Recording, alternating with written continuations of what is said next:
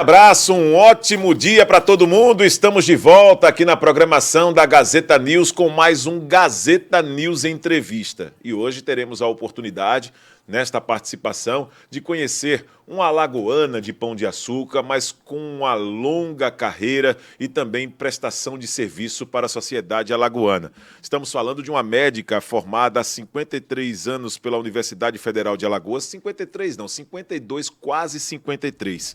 Foi reitora da Universidade Federal de Alagoas por 2 gestões e também secretária municipal de educação, também por 2 vezes. Foi a coragem e a característica desse povo sertanejo que acabou também impulsionando como marca por todos os cargos que passou.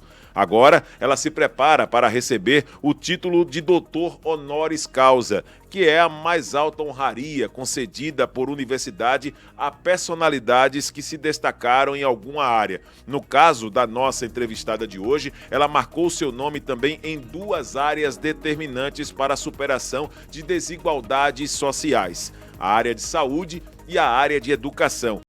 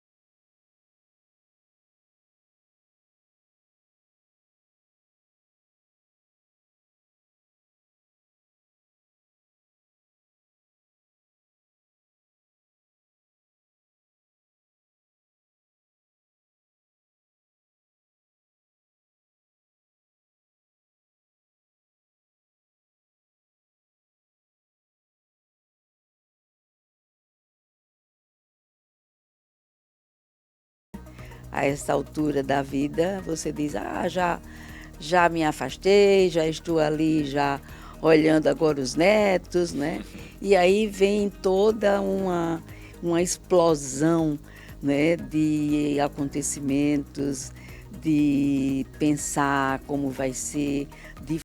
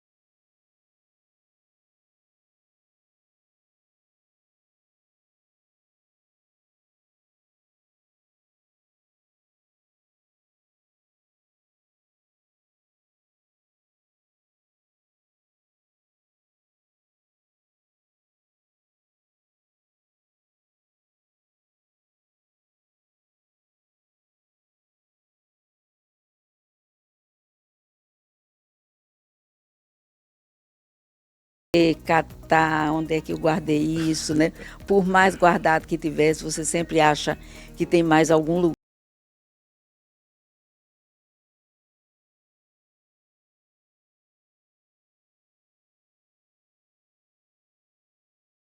A universidade pode conceder, né, a uma pessoa dentro ou fora da universidade. E para mim, que tive a oportunidade de conceder esse título à minha época como reitora ao longo dos outros anos, há 4 figuras muito ilustres do nosso mundo cultural e educacional. Eu tive o privilégio, como reitora, de conceder o título aprovado pelo nosso conselho ao dramaturgo Ariano Suassuna, né? Então foi um momento assim belíssimo que a universidade viveu, né? Depois também a 2 grandes escritores alagoanos, como o Ledo Ivo, Disseu Lindoso, né? E a grande educadora Luíte Garde, que é uma sertaneja como eu, Sim. de Santana do Ipanema. Então isso aconteceu comigo, não é? E aí agora eu estou me vendo do outro lado, né? E são muitas emoções, viu? São muitas emoções. Como diz o nosso rei Roberto Carlos, Exatamente, né? são muitas emoções. Agora, na apresentação, nós colocamos aqui ex-reitora da UFAL, ex-secretária, mas todas as menções, quando o assunto é Ana Deisidória, é professora Ana Deisidória. Isso é uma coisa que acaba te deixando ainda com muito mais orgulho, saber que esse rótulo de professora nunca será colocado quando o assunto é Ana Deisidória, como ex, por exemplo? Exatamente, né? E engraçado porque eu fui aluna da UFAL, eu fiz vestibular na universidade, fui aluna da UFAL. E você, enquanto aluno, comigo nunca me imaginei que um dia eu seria professora da universidade. Mas eu tive 2 grandes oportunidades como aluna que me iniciaram, né, nessa carreira. Foi viver a experiência de ser monitora, de ter feito seleção para monitoria. E eu fui monitora de uma disciplina logo no começo do curso, do 2º ano de histologia. Mas mais tarde eu fiz seleção e fui monitora para a disciplina a qual eu escolhi, que foi saúde pública, né, que tem o nome de saúde coletiva. E você começa a despertar, né, pela vivência, pela experiência. E aquilo foi uma riqueza, porque quando eu me formei, eu tive uma oportunidade imensa, até de uma certa forma insegura, porque eu tive a oportunidade de me formar no dia 8 de dezembro de 1972 e neste mesmo mês a universidade abriu concurso para algumas disciplinas, entre elas essa, por aposentadoria de alguns professores, de 2 professores, e eu fui classificada, né, passei.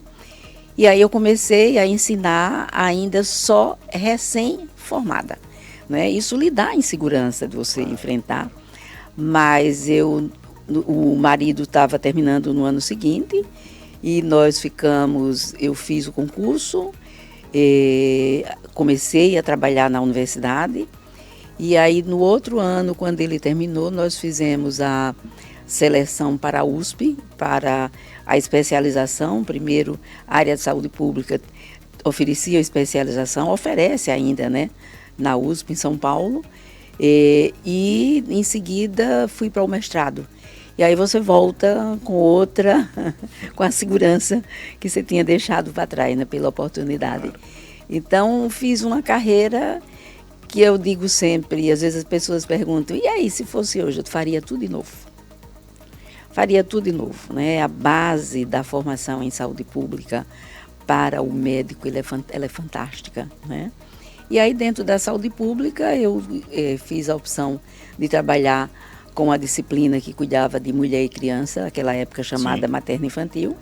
E pude também, na volta, eu não tinha dedicação exclusiva com a universidade, também tive a oportunidade de trabalhar no setor privado, com a pediatria, que sempre foi uma área também de muita paixão na minha vida.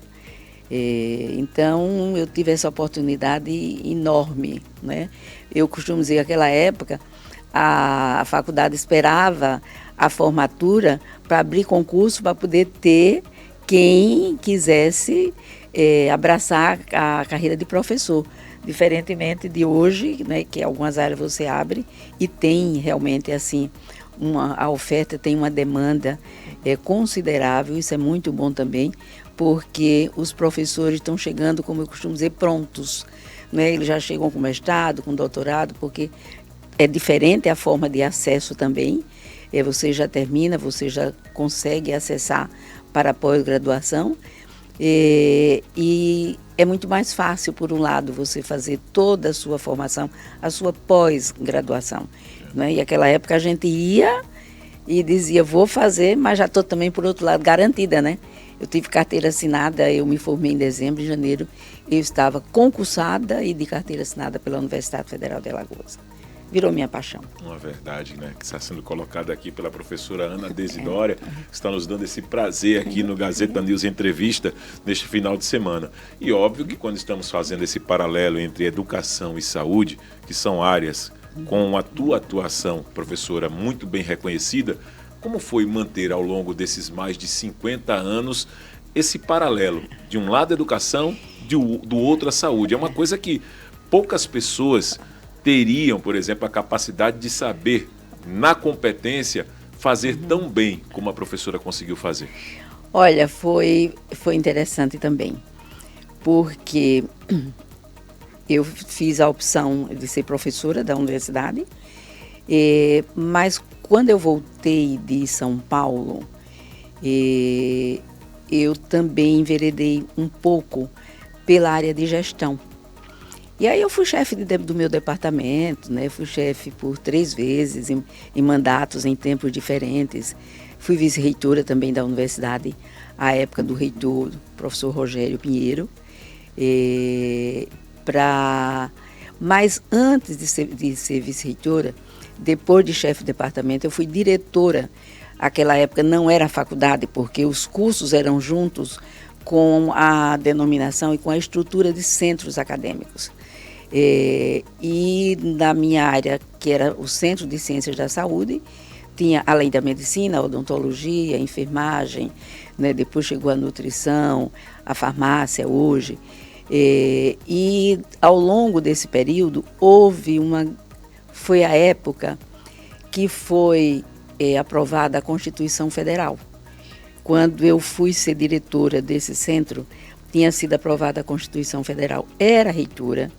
A então professora Delza Gitaí, a primeira mulher a ser reitora da Universidade Federal de Alagoas, e acabava de ser aprovada a Constituição, que mexia com 2 grandes áreas, a saúde e a educação. Logo em seguida foi criado pela Constituição o Sistema Único de Saúde. E aí a universidade, responsável pela formação, como a gente dizia, das pessoas, naquela época do recurso humano, não podia mais continuar ensinando, né, esses profissionais para atender a um sistema novo. E aí a professora, como reitora Delza Gitaí, ela institui e cria na universidade o projeto pedagógico global. E as áreas começaram então a se preparar como ia se dar esse ensino. Na área da saúde, eu era diretora e comecei então a coordenar esse projeto novo de mudança de currículo dos cursos da área da saúde. Nessa mudança, eu tive que estudar muita educação médica para saber da formação não só da medicina, mas dos outros cursos também. E nessa mudança e nesse estudar educação médica, uma coisa começou a despertar, a beleza da educação. Não é? Para a gente fazer uma nova formação de novos profissionais para atender ao novo sistema que o Brasil acabava de criar e implantar, que era o Sistema Único de Saúde, nós tivemos que trabalhar muito, discutir muito. Levamos aí por volta uns 4 anos com consultorias para a medicina, para a odontologia, para a enfermagem, das melhores escolas desse país. E aí a gente eu comecei a estudar muito, eu fui obrigada, né? Porque conduzia o processo, você não pode conduzir aquilo que você não conhece. E então, nesse estudo, a educação foi uma coisa assim, que quando você vê, quando você alia, como eu digo sempre, o binômio saúde e educação, as coisas funcionam. Não é quando você se prepara para educar não apenas se preocupar com a formação, mas como você vai fazer essa formação para esses profissionais da saúde, a saúde ela tem esse laço estreito com a educação. Você imagina o que é você ser um médico, né? Como eu fui, como eu sou, que vai lidar diretamente com o seu paciente, se você não conhece um pouco da realidade, se não consegue conversar com ele. Hoje está muito diferente, né? A tecnologia está aí, mas ninguém tira uma coisa que eu acho fantástica a vida inteira, que é a relação médico-paciente. Por mais tecnologia, por mais aparelho que você tenha, mas o paciente gosta de ser ouvido pelo médico. O médico precisa saber o nome dele, gosta de ser chamado por ele, gosta que ele saiba. E ele precisa conhecer a origem. Uma coisa é o paciente que foi criado numa cidade, o outro é aquele que vem do interior, com hábito, com costumes diferentes. Então, a educação lhe permite isso. Né? Então, você junta, quando você diz, você juntando a saúde e a educação, você é um profissional completamente diferente.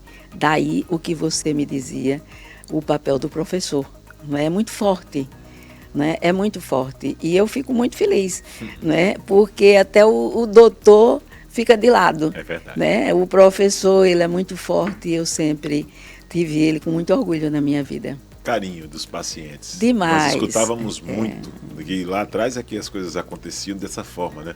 Quando o paciente ele construía uma intimidade com o médico, ele fazia até questão de presentear o médico na oportunidade, né? Principalmente o pessoal do interior, aí trazia muito interessante. galinha, trazia, né? Isso, né? Uma fartura de presente. Agora, quando estamos falando aqui com a professora Ana Deise Doria, é ótimo, né? Quando nós estamos falando sobre educação e, claro, o papel da educação é um papel fundamental. O cumprimento ao longo de todos esses anos aqui acaba sendo um grande desafio.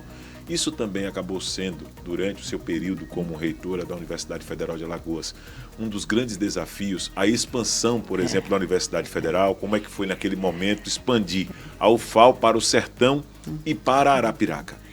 Olha, esse foi um grande desafio e um belo desafio, porque eu tive comigo sempre uma coisa, eu vim da minha cidade de Pão de Açúcar com 11 anos de idade. Não é? Quer dizer, eu digo que a cabeça da minha mãe, que foi a minha grande referência como mulher, como gente, como pessoa, e eu vim estudar em Maceió. Não é? Eu vim com 11 anos de idade, uma menina, não é? Que não conhecia nada, né? Conhecia muito pouco de Maceió e vim morar. Não é? Vim morar primeiro com o meu irmão, minha tia, também depois com meus avós. Mas uma coisa que sempre na minha vida me acompanhou, eu tive essa oportunidade de vir. Né? Eu tive a oportunidade de vir e dar certo. E muitos colegas meus, brilhantes, inteligentes, não puderam vir porque não tinha a condição que eu tive de ter uma avó morando em Maceió, né? De ter um irmão que morou aqui em Maceió e poder vir para cá, para casa de alguém. Então, quem não pôde vir, não veio, não cresceu e cresceu de uma forma diferente. Né? Então, eu sempre achei que a universidade não podia ser só da capital. Quando eu chego à gestão da universidade, como vice-reitora já dava para perceber, e como reitora, nós tínhamos do total de alunos da universidade em torno de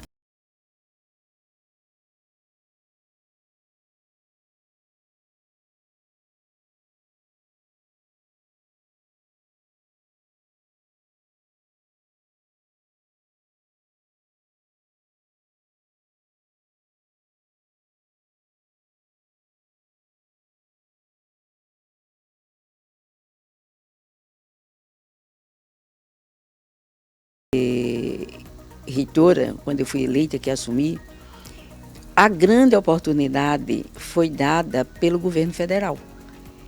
Não é? Porque, embora a gente tivesse construído um projeto para apresentar ao Ministério da Educação, e aqui eu preciso registrar, eu sempre conto quando falo dessa história, a importância que foi da época do deputado Rogério Teófilo, hoje falecido, que nos deu muito apoio para isso em Brasília. Né? E aí aqui nós começamos a pensar como poderia expandir a universidade, como podia levá-la para o interior.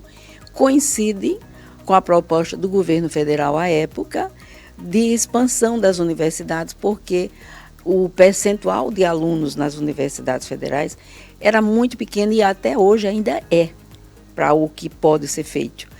E aí nós apresentamos ao governo, ao MEC, construímos esse projeto de expansão, levamos ao MEC. À época, o ministro até olhou e disse: a senhora está sabendo de alguma informação daqui do Ministério? Eu disse: não, nós temos a necessidade e viemos aqui. Fui, inclusive, com o deputado Rogério Teófilo falar lá com o ministro, que à época era o Tasso Genro, né? O ministro Cristóvão Buarque já tinha se afastado, que me deu posse. E aí, quando ele viu o projeto, disse: é que nós estamos pensando, trabalhando esse projeto de expansão das universidades. Então, houve uma feliz coincidência. A proposta nossa de Universidade Federal de Alagoas e o governo que acabava de criar, né, o projeto de expansão das universidades federais desse país. Então, houve uma coincidência muito feliz, porque nós tivemos essa oportunidade de trabalhar isso a nível de Brasília. O grande desafio era convencer as pessoas que isso podia acontecer. E andamos muito, né? Tinha uma equipe brilhante, né?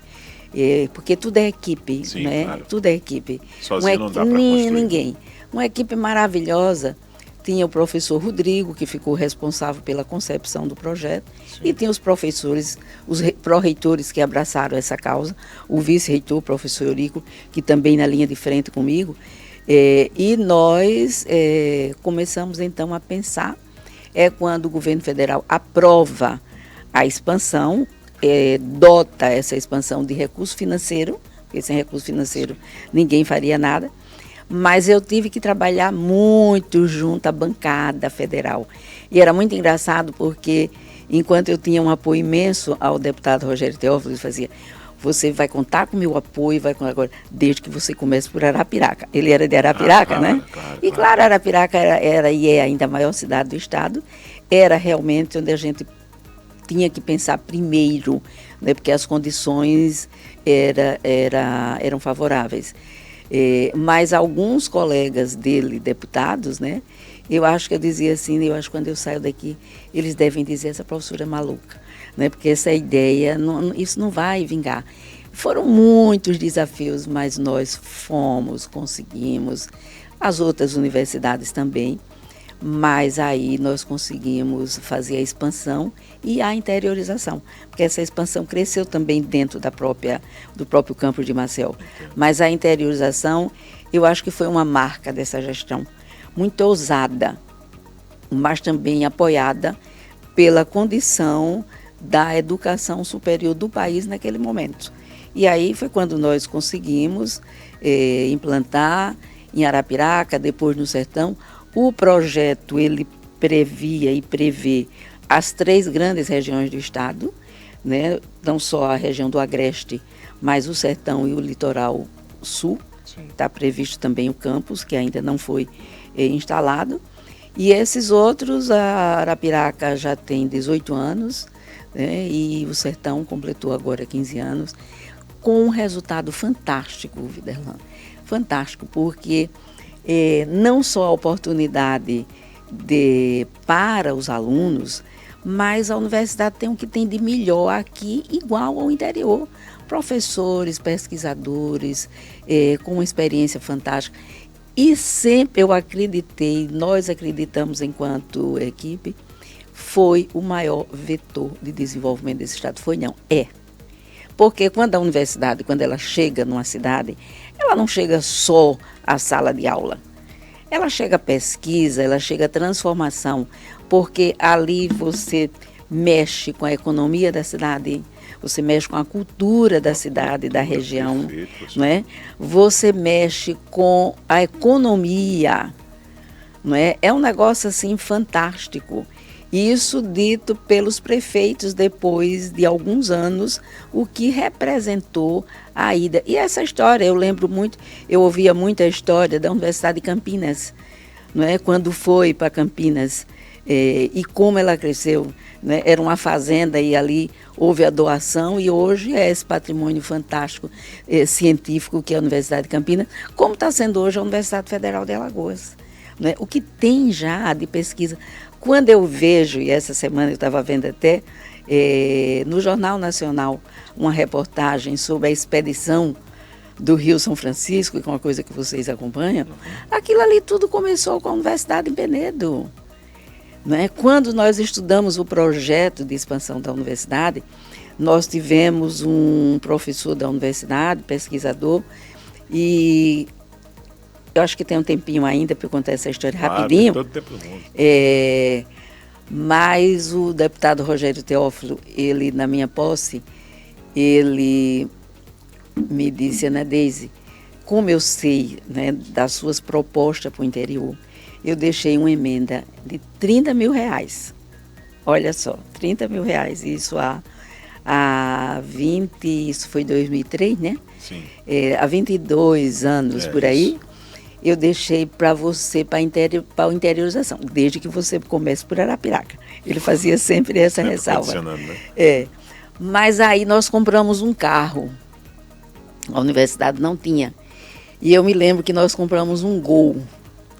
E esse professor que faleceu, o professor Paulo da Cruz, ele era um pesquisador, ele com o grupo de estudantes dele, a gente conseguiu botar bolsa para os meninos, eles pesquisaram o estado inteiro.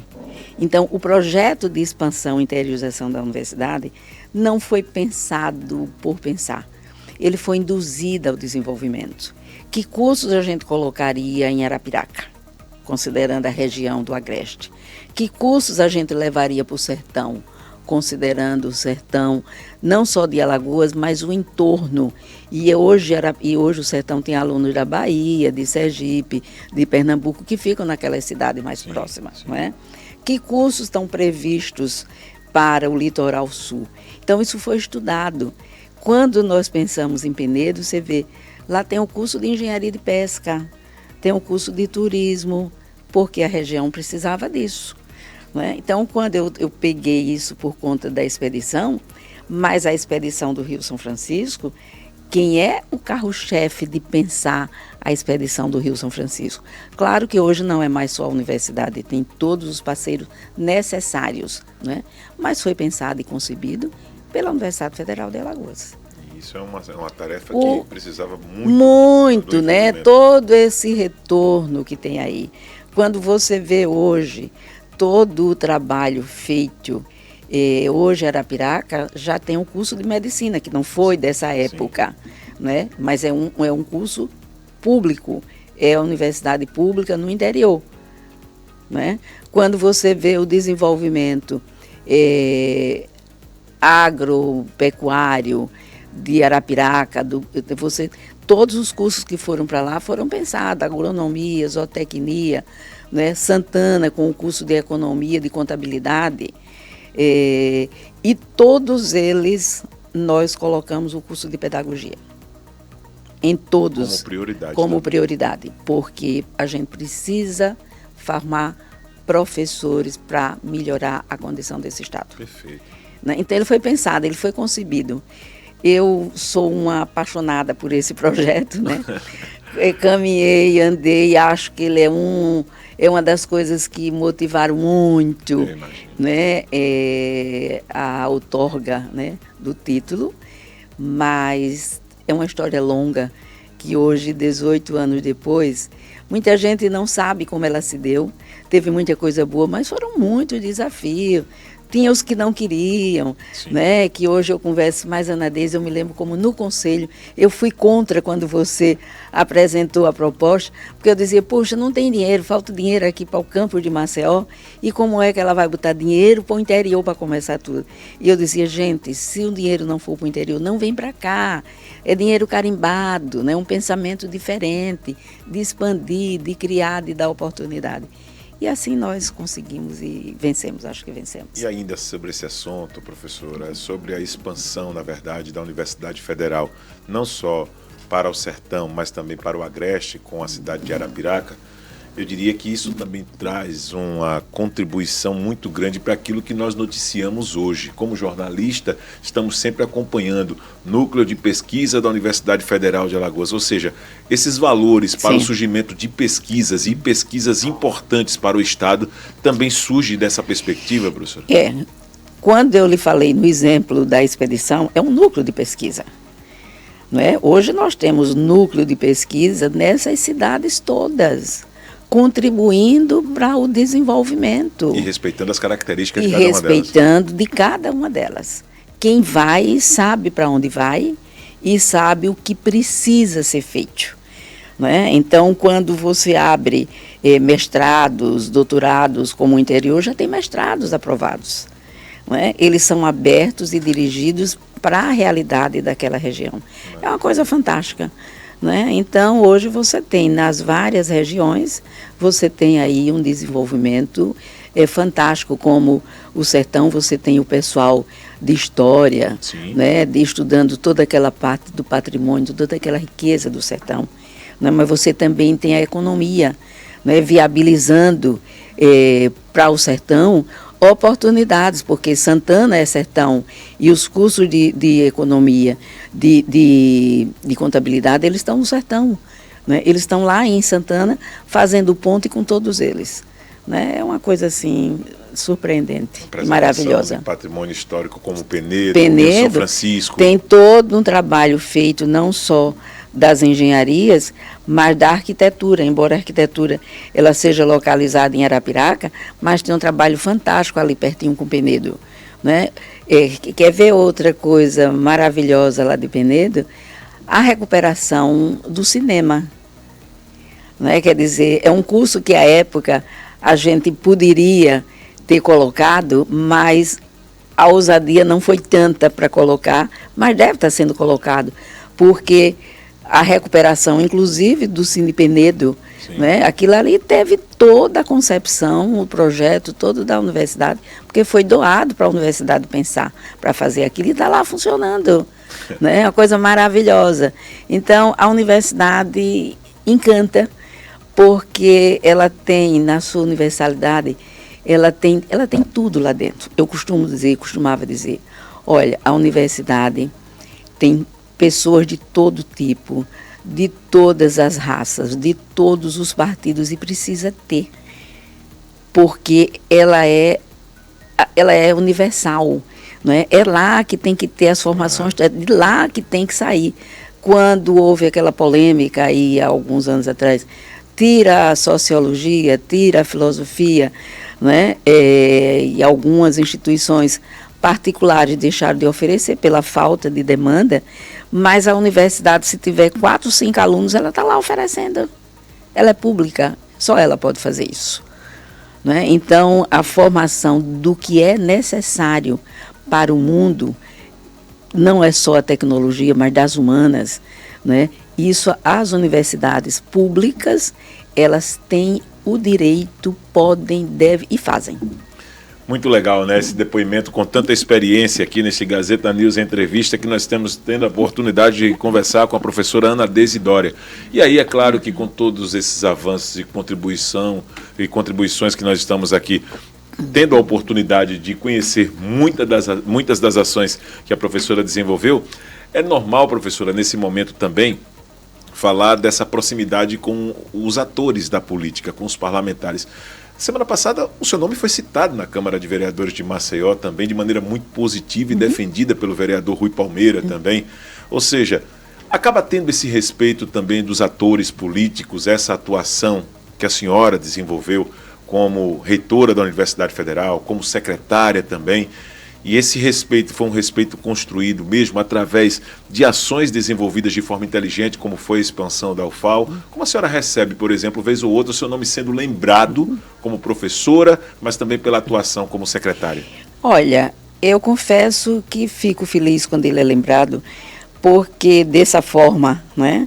Porque é lembrado por resultados, não é? E eu digo sempre, às vezes aparece alguém que é natural, faz parte, né, do momento e do regime democrático que a gente tem e vive. Ah, mas não devia ser assim ou não foi assim. E eu digo, olha, quer tirar dúvida, olhem os números. Eu costumo dizer, como médica de saúde pública que fui, que sou, os números falam.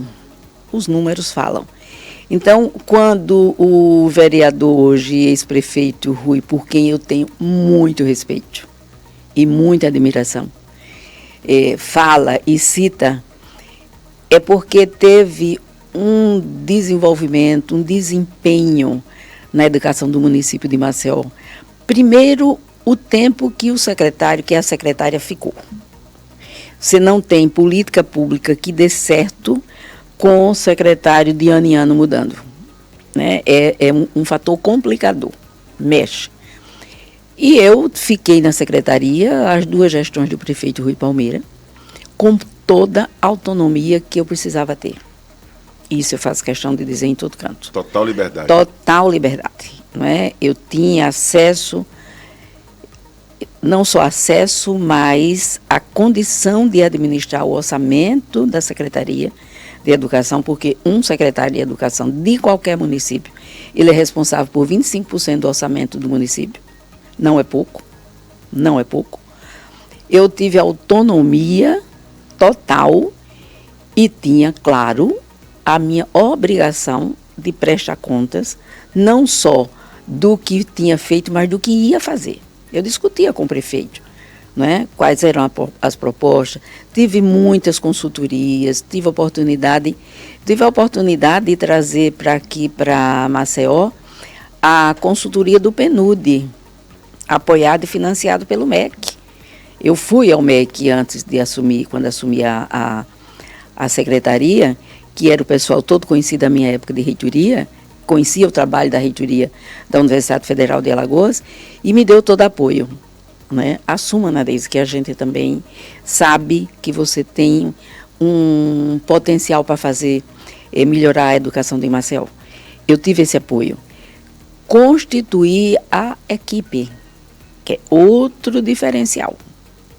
O prefeito Rui Palmeira nunca me pediu, Ana Deise, em tal lugar, bota essa pessoa minha aqui. Não. E eu, quando aceitei o convite dele, eu disse, eu tenho um estilo de trabalhar que, se der certo, o sucesso é seu. Se der errado, a culpa é minha. Mas eu preciso trabalhar dessa forma. E ele me deu carta branca. E assim foi, e assim nós elevamos os indicadores, mudamos os números de Maceió, mas não só são os números, eu acho que nós tivemos uma condição muito boa de melhorar, né, não só em termos de infraestrutura, mas melhorar a educação de Maceió. Né? Então, quando eu não ouvi, mas sei que ele faz essas falas, porque ele conhece esse resultado de perto, ele vivenciou. Nós chegamos a receber o precatório da educação de Maceió. Foi uma luta, né? Foi uma luta que andei até o Tribunal Regional Federal de Recife, agenda com todos os desembargadores, né, à época, e foi uma coisa assim muito bom o resultado. Foi liberado e nós deixamos esse recurso, ele, quando eu saí da secretaria, quando terminou a gestão, nós deixamos o precatório que pagou os professores, os 60%, e os 40% ficou em caixa para fazer todos os investimentos que a secretaria precisava. Então, foi um período, foi de sucesso também, né? Mas eu conto isso porque você disse que ele fez uma fala citando o meu nome, e eu cito dele também, como agora estou citando, porque isso aconteceu e não é fácil e é raro. Não é raro só aqui, é raro nas secretarias como um todo, né? Porque a educação tem um recurso próprio e às vezes é administrado. O prefeito fica ali, né, cuidando também, como tem a saúde, mas pelas condições da educação de Maceió, pelo que nós pegamos, os indicadores todos lá embaixo, né? Eu lembro, eu também tive uma oportunidade muito grande quando saí da universidade, eu fui conselheira do Conselho Nacional de Educação, e era uma tristeza quando a gente via os resultados dos números de Alagoas, dos números de Maceió.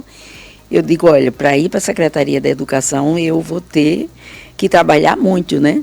Eu fui achando que ia ficar 1 ano, 2 anos para dar uma arrumadinha e terminei ficando 8 anos com o prefeito Rui Palmeira, a quem eu agradeço muito até hoje. Como fui também secretária com Cátia Borne lá atrás, antes da reitoria, eu fiquei 2 anos e meio, já conhecia um pouco da secretaria, porque já tinha passado lá 2 anos e meio com a prefeita Cátia Borne. E, na verdade, quando nós estamos falando de política, e nós falávamos sobre isso até fora do ar, né, que a grande responsabilidade é sequenciar os bons trabalhos. Eu diria que quando o assunto entra por esse caminho, isso acaba gerando uma preocupação. A senhora falando, por exemplo, que fez uma entrega muito boa dentro daquilo que se podia naquele momento na educação aqui em Maceió. Mas gerava uma certa preocupação, poxa, quem é que vai ser agora indicada para assumir ou indicado para assumir? Será que vai dar sequência a esse trabalho que nós estamos desenvolvendo? Isso sempre trouxe também, professora, uma certa preocupação? Sim, sim, porque o trabalho, ele é grande, ele é difícil, né? É muito dinheiro que se investe. Eu costumo dizer que na educação, a gente diz, não, mais dinheiro, mais dinheiro. Não é só mais dinheiro, não, é mais gestão. O grande problema, e eu estou falando isso não pela minha experiência, mas pelos estudos feitos, que mostram que um dos grandes problemas que nós temos no país hoje, com a educação básica, principalmente, é a gestão da educação. É a gestão da educação. Eu concordo com o ponto de vista também. Que você está colocando, tem que preparar. Sem gestão não tem, você pode ter um rio de dinheiro.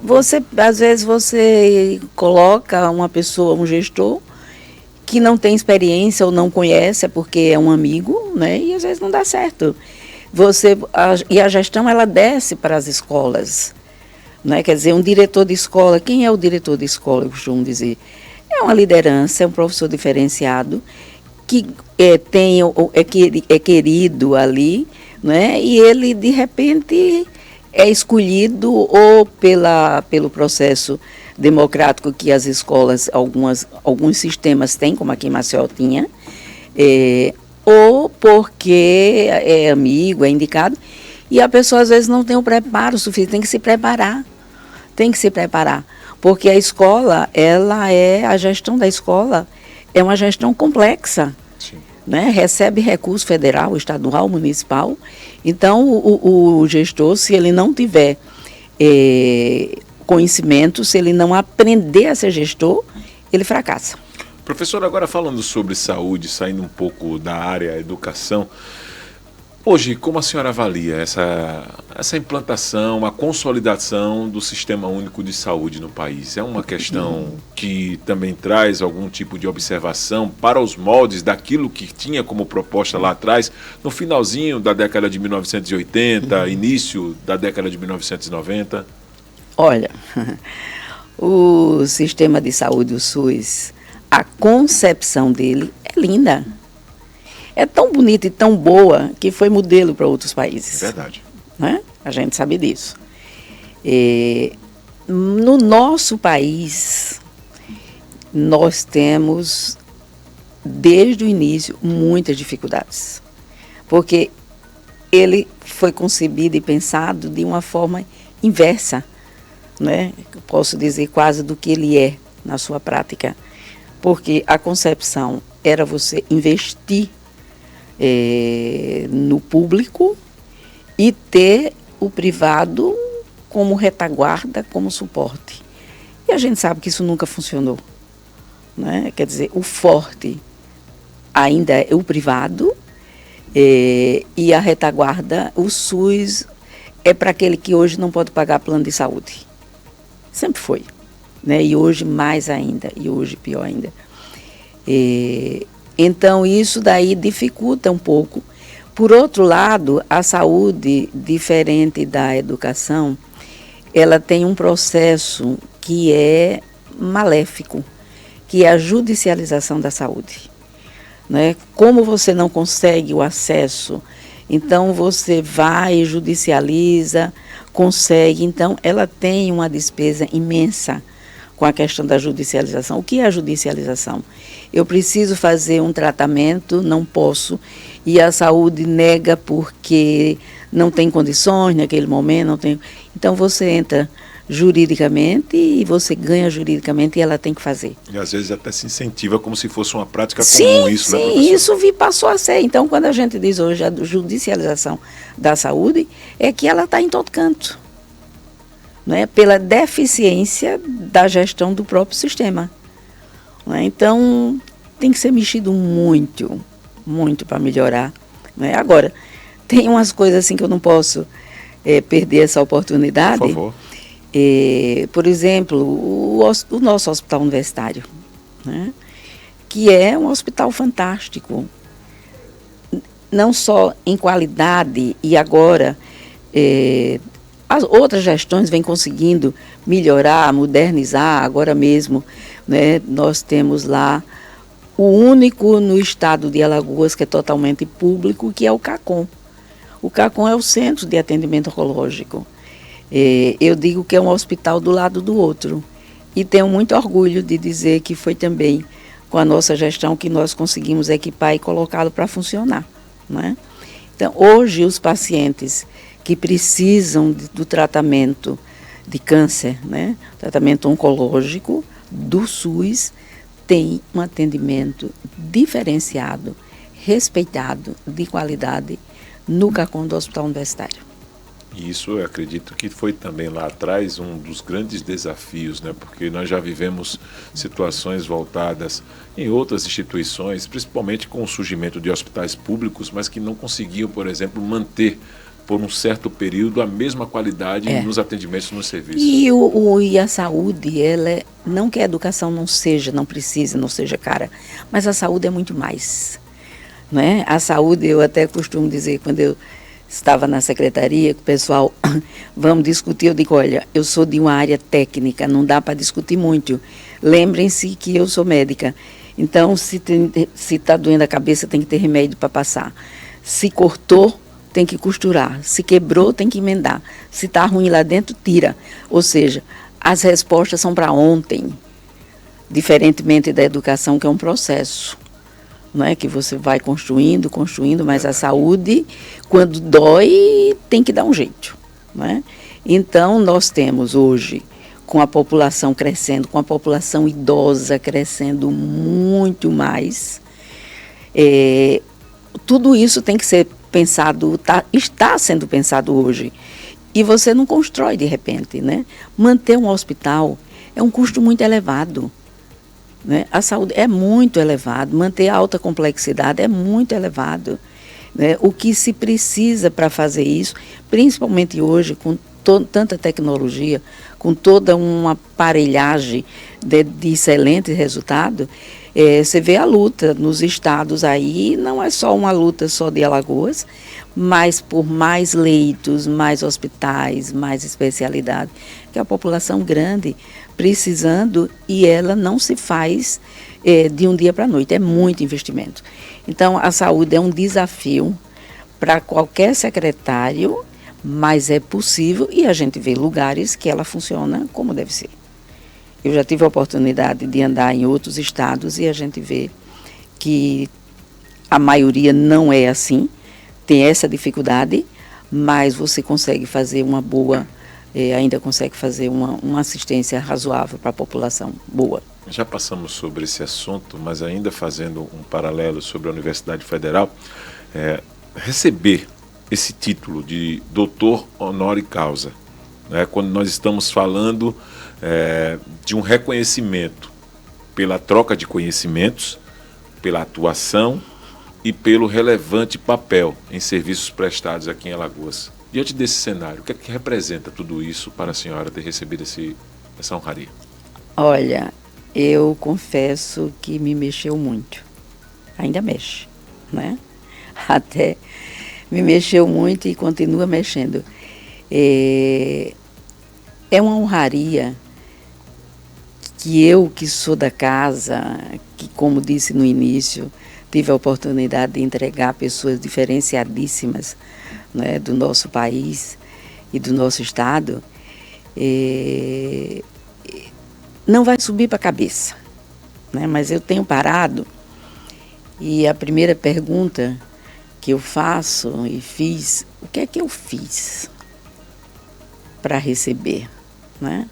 O que é que eu fiz para chegar a esse momento grandioso, né? Grandioso, porque a honraria do título de doutor honoris causa é uma coisa muito relevante, né? Isso mexeu, mas eu acho que é toda essa conversa que a gente teve aqui que levou a isso. São resultados da própria universidade, e tem aí a questão, como a gente discutiu aqui, que daria um dia de discussão, da interiorização, não é? Mas tem outros trabalhos dentro da própria universidade. Por exemplo, eu tive a oportunidade de, como reitora e reitora médica, ter sido indicada pela Associação dos Reitores, que é a ANDIFES, que é a Associação Nacional dos Dirigentes de Instituições Federais de Ensino Superior, ou seja, o Conselho de Reitores, não é? Eu fiz parte da comissão do Revalida. O que é o Revalida? Esse processo que você faz medicina fora do país e volta e tem que fazer uma prova. Ele é submetido a um conhecimento do país para poder exercer e praticar a medicina. Não é? Eu tive a oportunidade de trabalhar com o Revalida e nós construímos, claro que eu e tantas outras pessoas das entidades médicas, do Ministério da Saúde, mas foi um trabalho belíssimo, né, que foi feito. E tantas outras situações dentro da própria universidade e fora dela. Por exemplo, ter terminado o meu mandato e ter sido escolhida e fui indicada para o Conselho Nacional de Educação pelo ministro da Educação à época, não iria se não tivesse uma folha, como a gente diz, de serviços prestados, não é? Foram muitas oportunidades, embora que a marca maior que a universidade estudou e reconheceu foi a interiorização. Mas, lembrando, eu tive a oportunidade de trabalhar toda essa reforma da saúde, porque esse título não foi concedido por outras áreas da universidade. Ele foi aprovado pelas outras áreas, mas ele vem de onde? Ele vem da minha origem. Sim. Ele vem da medicina. Então, esses trabalhos feitos com a medicina, com a saúde, das reformas, das mudanças implantadas, não é? Desse centro de atendimento que foi um desafio. E olha, esse centro, eu sempre fui muito ousada, eu acho que eu sempre fui ousada, mas o recurso que era para implantar, para adquirir os equipamentos desse centro de tratamento de câncer, eu ousei, quando assumi, pedir ao reitor que estava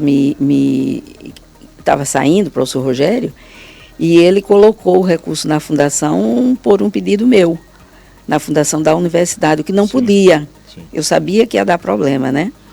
Eu passei 10 anos respondendo ao TCU por conta disso. Indo e vindo, falando com o ministro, fazendo relatório, indo pessoalmente. Teve uma vez que eu tive vontade de dizer, não disse não porque eu tenho juízo, mas nunca me arrependi do que fiz. Fazia tudo de novo. Se eu não tivesse feito isso, a gente não teria, porque era final de ano, o recurso iria ser devolvido, cair na conta única e você não tinha garantia que ele voltasse. Né? Então, eu em 2014, eu já estava na secretaria, saí da universidade em 2011, foi quando o Tribunal de Contas considerou, né, todo o feito, os relatórios, tudo, e me isentou. Mas passei 10 anos respondendo por isso. Então, você tem que ter umas coragem assim para fazer, mas também, e como eu nunca deixei de ir ao Tribunal de Contas, cada vez, da União, cada vez que esse processo mudava de ministro, eu ia lá conversar com ele, dizer por quê, como tinha sido feito. E um deles, o último, chegou a me dizer, reitora, se seus colegas reitores viessem aqui pessoalmente, como a senhora vem, talvez não pagassem tão caro como alguns têm pago. Eles, porque a gente trabalha aqui em cima do processo, o processo já estava dessa grossura, não é? Em cima de papel.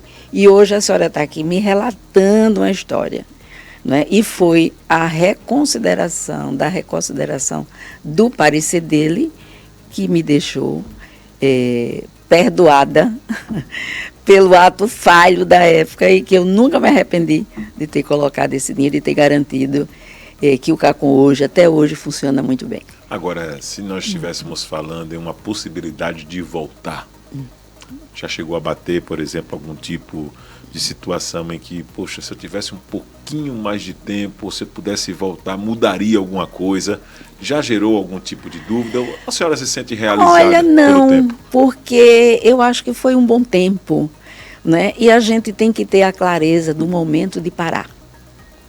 Primeiro que eu cheguei, eu fui chefe do departamento, eu fui diretora de centro, eu fui vice-reitora, eu fui reitora, eu fui para o Conselho Nacional de Educação, né? Depois uma Secretaria de Educação. Está na hora, os netos chegaram, né? E agora o plano de vida é outro. Embora que eu ainda dou uma ajudinha, né? Agora mesmo nós estamos lá para implantar a cátedra de educação da universidade e o reitor me chamou para ficar coordenando esse trabalho e eu estou lá com um contrato de professora voluntária por 2 anos, né? Até esse ano agora. Sim. Né? Mas isso são coisas pequenas, mas voltar primeiro, não voltaria porque o tempo passou, aposentou, não volta. Segundo, mudaria eu acho... alguma coisa? Não. Não mudaria nada? Não, eu acho que alguma coisa mudaria porque a época é outra, requer que você se adapte, se adeque, né? Mas eu acho que o que fiz, e não fiz só, fiz com uma equipe excelente, né? De colegas, de amigos, que abraçaram a causa, né? Então, eu acho que foi tudo no seu tempo certo. Eu agradeço muito aquele lá de cima pela oportunidade, né, da menina que veio de 11 anos e vim num contexto difícil, de problemas políticos da minha cidade, tive que vir. Mas eu acho que as coisas caminharam dentro de um trilho que eu não me arrependo. Se dissesse hoje, não, talvez tem coisas que você gostaria de ter feito e não deu para fazer, ou porque não deu tempo, ou porque a oportunidade não aconteceu. Quando eu vejo que a universidade ainda não implantou o campus litoral, né, que ainda não deu essa oportunidade, a gente fica com vontade, né, de dizer assim, puxa, vai lá, né, mas o reitor Tonholo está aí numa luta para fazer essas coisas, tem que parabenizar pelo trabalho dele, pela ousadia dele também. Ter passado numa Secretaria de Educação, onde eu aprendi tanto da educação básica desse estado e desse município de Maceió, foi um presente, né? Então, eu agradeço muito a Deus por essas oportunidades todas dadas, e agora, depois de 14 anos, quase já, fora da universidade, aposentada, né, que eu aposentei em 2011, quando estava saindo, receber essa honraria, que é o maior título que uma universidade pode conceder a uma pessoa por algum serviço prestado por uma causa. Né? O que é que essa... Eu tenho pensado muito, viu? Tenho refletido muito. Puxa, né? É grande demais. Para mim, é gigante. Gigante. É gratidão, gratidão, gratidão. E uma última colocação, eu gostaria de deixá-la à vontade também para falar sobre a sequência dessa trajetória. Ainda tem alguma coisa que pretende realizar? Deixar, por exemplo, aqui, professora Ana Deise? Esse trabalho que o reitor, eu vinha fazendo esse trabalho já com a USP de Ribeirão Preto, né, a cátedra, a USP de Ribeirão Preto, ela tem uma cátedra que trabalha educação básica, e o seu titular é o professor Mozar Neves Ramos, que é um amigo, foi reitor de Pernambuco. Sim. Também, e ele tinha me chamado, nós começamos a fazer trabalho com todo o apoio também da AMA, né, da Associação dos Municípios. E a universidade sempre participando. Quando o reitor Tonholo se encantou também pelo trabalho e assinou um termo de cooperação já com a USP de Ribeirão. A cátedra lá chama-se Cátedra Sérgio Henrique Ferreira. E ele me chamou, eu estou na coordenação.